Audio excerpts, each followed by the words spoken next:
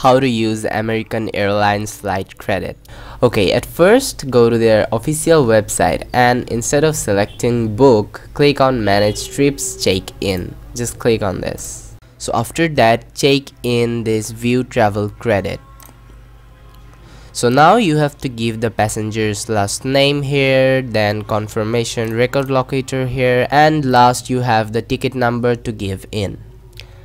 So then simply click on find your trip. So after you click on find your trip, you will be able to see the flight credits that's on your account. After you see how many flight credits do you have, all you have to do is click on rebook your trip button.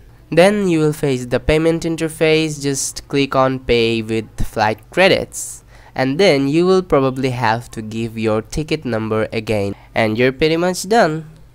So that was how to use American Airlines flight credit, and thanks for watching.